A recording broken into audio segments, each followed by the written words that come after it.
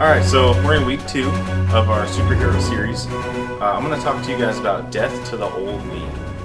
So this is going to be based off the character of Nebula. She has a very interesting character story, very interesting character development throughout her whole screen time in the movies. So she starts off as basically being a daughter of Thanos. He adopts her into his family, and she basically just sees him as like the end-all be-all. Like, alright, he's my dad, I'm going to do what I need to do, like whatever it is. But Thanos is only happy with success and doesn't tolerate failure. And so every time Nebula fails, he tries to improve her with machine parts. And so she starts becoming more of this machine than a daughter. And sometimes we can kind of do this to ourselves, where we start to become more of the world instead of more of who we were supposed to be as a daughter or son. I used to kind of live in that mindset. I didn't grow up in the church. I grew up very secularly, very much in the worldview. I tried doing like what everybody else was doing, trying to fit in, trying to be what was cool, and it didn't get me very far. And Nebula also lived as though nothing could be changed. So she was kind of stuck in this lifestyle of living for Thanos, doing what he wanted, trying her best to not fail so she wouldn't have to be improved with machine parts. And this was just who she thought she was supposed to be. It's interesting, in the beginning of the movie Endgame, she's stranded in this ship with Tony Stark, and just the two of them are just kind of stuck together floating in space. But it's really the first time that she's had one-on-one personal connection with someone else who wasn't just out for selfish reasons. And so she got to see what it was like to be with someone who thought bigger of themselves, like saw the bigger picture, believing in something and having a real friend. And isn't it just interesting that just having that one connection with Tony Stark, just having that one-on-one time, just changed her life? Because after that, she was always part of the team. She was doing what was right instead of just what she was told to do. And in our own lives, a believer and a true friend can be the key to guiding us towards God and to creating our new lives. When we accept Jesus into our hearts, we have an entire change in perspective, personality, and purpose, and we become a new creation. Ephesians 4, verses 21 through 24 says, "Since you have heard about Jesus and have learned the truth that comes from him, throw off your old sinful nature and your former way of life, which is corrupted by lust and deception. Instead, let the Spirit renew your thoughts and attitudes.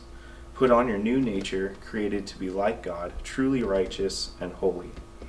And in Colossians chapter 3, verses 1 through 3, "If then you have been raised with Christ, seek the things that are above, where Christ is, seated at the right hand of God. Set your mind on things that are above, not on things that are on earth. For if you have died, your life is hidden with Christ in God." I think that's something that we need to kind of realize. Like, if we're truly living in Christ, we have become a new creation. When I found the Lord, my entire life changed. I gave up like things that I was trying to strive for, the cool factor that I was looking for completely just went away.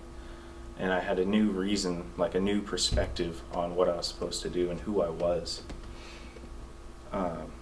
What's very interesting with Nebula, in the movie Endgame, we kind of see this played out like right in front of us. And it's something that you can completely miss if you don't like really watch. She has this unique opportunity where it's towards the end where her future self is trying to help the team like recover after Thanos attacks, and then old Nebula like sneaks in and starts trying to attack the team. And so old Nebula takes the gauntlet, and she's trying to like do this task for Thanos. Like, I'm gonna get this gauntlet. He's gonna be proud of me.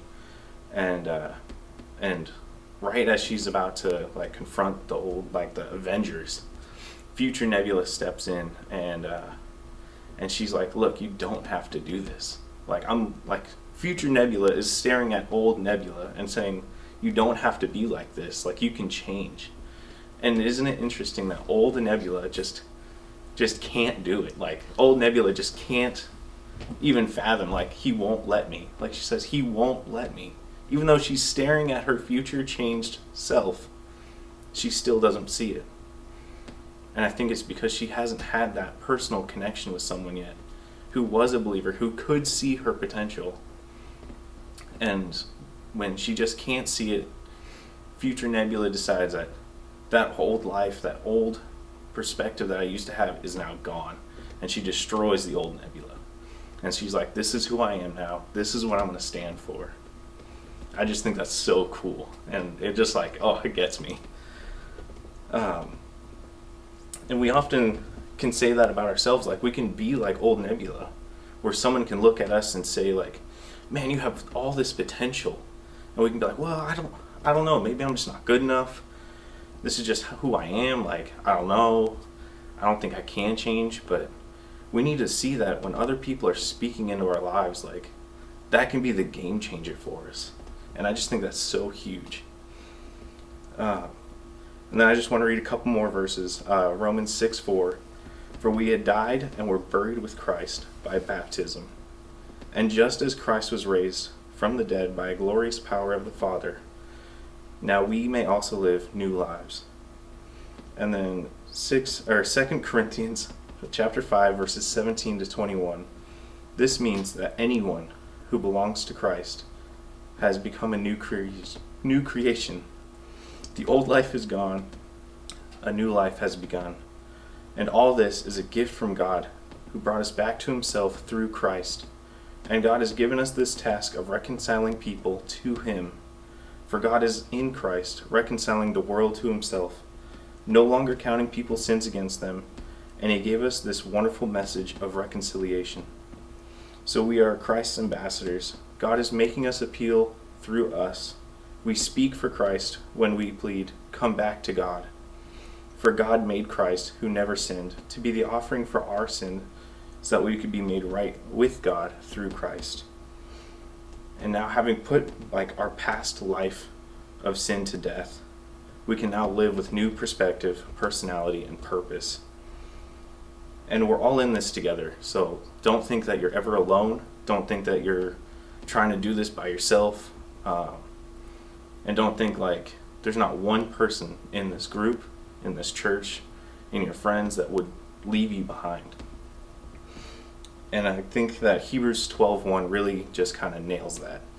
Therefore, since we are surrounded by such a huge crowd of witnesses to the life of faith, let us strip off every weight that slows us down, especially the sin that so easily trips us up, and let us run with endurance the race that God has set before us. Thanks for listening. This has been week 2 of our superhero series. Oh gosh. So one of the things that we need to know, like when we're looking at our past selves, like and now that we are a new creation, our new life leads to new activities. And that actually came from Sophie, from her Bible. And that was in our youth group. And she said that like new life leads to new activities. And I was like, isn't that so true? Because if we're going to say like our old selves are passed away, like they're not a part of us anymore, why are we still doing those activities? We should be our new creation and in our new activities, having good works in our good faith.